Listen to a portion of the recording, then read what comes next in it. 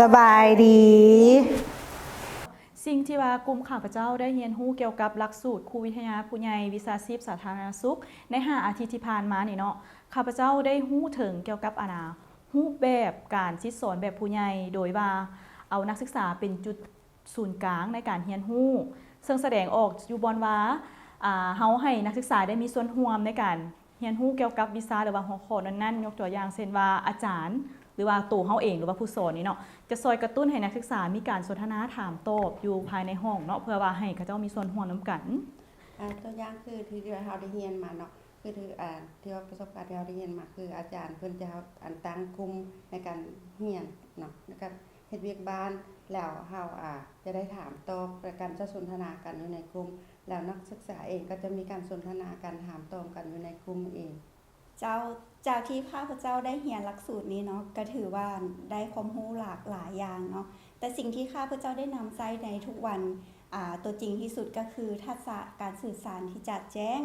การฟังอย่างตั้งใจการเคารพและเห็นอกเห็นใจซึ่งกันและกันเนาะนั่นเป็นสิ่งที่ข้าพเจ้าได้นำใช้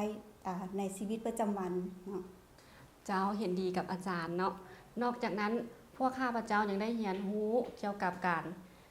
สนับสนุนส่งข่าวเพื่อให้มีการเปลี่ยนแปลงและพัฒนาให้ดีขึ้นก่อนเก่าหลังจากได้อบรมในครั้งนี้ข้าพเจ้าได้นำเอาบทเรียนดังกล่าวไปนำใช้ในตัวจริงและเห็นว่าข้าพเจ้าได้มีการพัฒนาดีขึ้นก่อนเก่าจากที่เป็นมาเนาะผ่านการเรียนครูวิทยามาเนาะตัวเองมีความรู้และเข้าใจในเรื่องของการนำใช้ AI เข้าในการสอนหรือว่าการเรียนการสอนของพวกเขาเนาะซึ่งที่ผ่านมาตัวเองก็ได้นำใช้ในแล้วแต่ว่าก็บ่เลิกซึ่งเนาะซึ่งได้มาเรียนครั้งนี้เนาะก็ถือว่าได้ความรู้หลายๆเกี่ยวกับการนำใช้ AI เข้าเนาะเช่น1แม่นการนำใช้ Canva เนาะเข้าในการสร้าง PowerPoint การสร้างวิดีโอเนาะหรือว่าสร้างลิงก์ต่างๆเพื่อให้นักศึกษาได้เข้าไปอ่านหรือว่าค้นคว้าอยู่ในหั่นเนาะ2มาคือการเฮ็ดเมนติเนาะเพื่อระดมสมองหรือว่า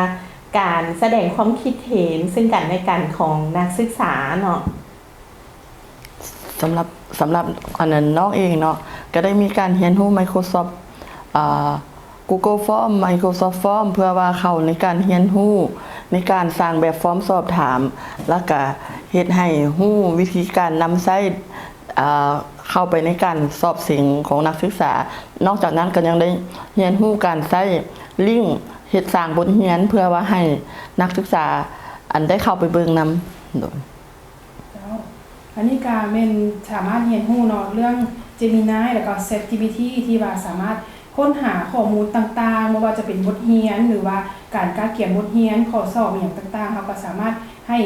Gemini และ ChatGPT นี่ก็ช่วยค้นหาข้อมูลได้นอกนั้นก็ยังมีคัดพ้อยเนาะที่มาช่วยในการเฮ็ดแบบฟอร์มสอบถามขึ้นมาในการให้กิจกรรมกับนักเรียนของอาจารย์และครูเนาะมีกิจกรรมในการถามตอบกัน